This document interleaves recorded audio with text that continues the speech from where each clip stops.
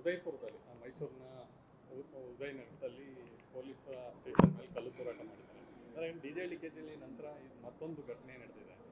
ನೋಡಿ, ಸಣ್ಣ ಸಣ್ಣ ವಿಷಯಕ್ಕೂ ಯಾಕೆ ಕೆರಳ್ತಾರೆ? ದಿನನಿತ್ಯ ಹಾಗೆ ಪ್ರಧಾನಮಂತ್ರಿ ನರೇಂದ್ರ ಮೋದಿಯವರ ಬಗ್ಗೆಯೂ ಕೂಡ ಕಾಮೆಂಟ್ಸ್ ಮಾಡೋದನ್ನು ನೋಡಿದ್ದೀವಿ.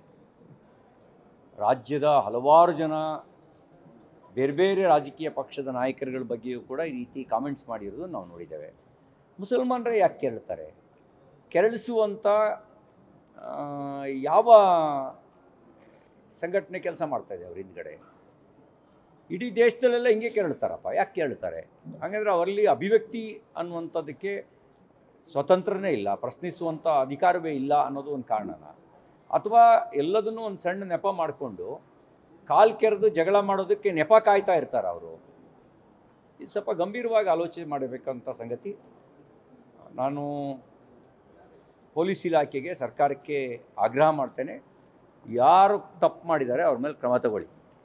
ಪುಂಡಾಟಿಕೆ ನಡೆಸಿದವರು ಮೇಲೆ ಸೇರಿದಂತೆ. ಇಲ್ಲದೇ ಇದ್ದರೆ ಸರ್ಕಾರ ಬದುಕಿದ್ದು ಸತ್ತಂತೆ ಅಂತ ಆಗುತ್ತೆ. ಕ್ರಮ ತಗೊಳ್ಳಿ ಅಂತ ಆಗ್ರಹಿಸ್ತೇನೆ. ಈ ಘಟನೆಯನ್ನು ನಾನು ಖಂಡಿಸ್ತೇನೆ. ಇದ್ರ ಜೊತೆಲಿ ಸರ್, ಪಕ್ಷದ ಬೆಳವಣಿಗೆ ದೆಹಲಿಯಲ್ಲಿ ಸೋಮಣ್ಣ ಅವ್ರ ಮನೆಯಲ್ಲಿ ಸಭೆ ಸೇರಿದ್ದಾರೆ ನೆನ್ನೆಲ್ಲ ಯತ್ನಾಳ್ ಟೀಮ್ ಜೊತೆಲಿ. ಯತ್ನಾಳ್ ಅವರಿಗೆ ಕೇಂದ್ರ ಶಿಸ್ತು ಸಮಿತಿ ನೋಟಿಸನ್ನು ಕೊಟ್ಟಿದೆ. ಅಂದರೆ ಈ ರೀತಿ ಮಾತಾಡೋದೇ ಅಥವಾ ಅಧ್ಯಕ್ಷನ ಇಳಿಸಿ ಅನ್ನೋಂಥ ವಿಚಾರ ಸಂಬಂಧಪಟ್ಟಂತೆ ನೋಟಿಸ್ ಕೊಟ್ಟಿದ್ದು ಸರಿನಾ? ನಾನು ಯಾವುದೇ ಆಂತರಿಕ ವಿಷಯಗಳ ಬಗ್ಗೆ ನಾನು ಚರ್ಚೆ ಮಾಡೋದಿಲ್ಲ ಅಂತ ಭಾಳ ಮುಂಚಿತವಾಗಿ ಹೇಳಿದ್ದೀನಿ. ಒಂದು ಮಾತು ಸ್ಪಷ್ಟ,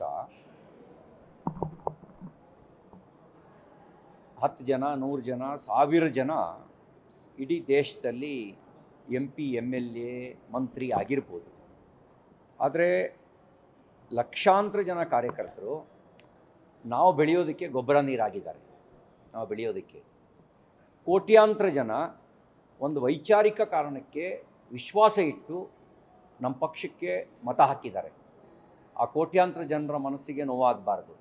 ಲಕ್ಷಾಂತರ ಜನ ತಮ್ಮ ಬದುಕನ್ನು ಸ್ಯಾಕ್ರಿಫೈಸ್ ಮಾಡ್ಕೊಂಡಿದ್ದಾರಲ್ಲ, ಆ ಸ್ಯಾಕ್ರಿಫೈಸ್ ಮಾಡಿಕೊಂಡು ನಮ್ಮನ್ನು ಬೆಳೆಸಿದಾರಲ್ಲ, ಅವ್ರ ಮನಸ್ಸಿಗೆ ನೋವಾಗಬಾರ್ದು. ವ್ಯಕ್ತಿಗಿಂತ ಪಕ್ಷ ಮುಖ್ಯ, ಪಕ್ಷಕ್ಕಿಂತ ದೇಶ ಮುಖ್ಯ ಅನ್ನೋ ತತ್ವ ಅದು ನಮ್ಮೆಲ್ಲರಿಗೂ ಅನ್ವಯ ಆಗುತ್ತೆ.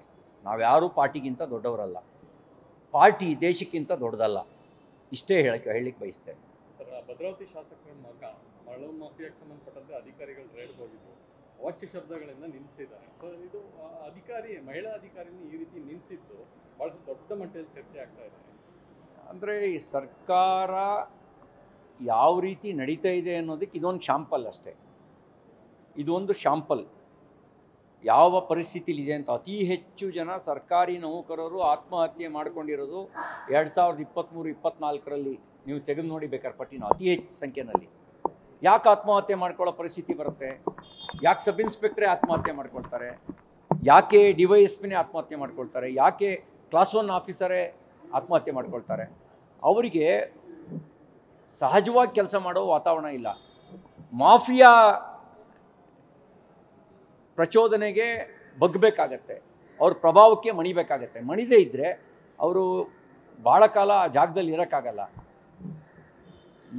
ನಿನ್ನೆ ಭದ್ರಾವತಿಯ ಶಾಸಕರ ಮಗ ಮಾಡಿರೋದು ಕೂಡ ತನ್ನ ತಂದೆ ಶಾಸಕರು ಅನ್ನುವಂಥ ಪ್ರಭಾವ ವಲಯವನ್ನು ದುರುಪಯೋಗ ಪಡಿಸ್ಕೊಂಡ್ರ ಕೆಲಸ.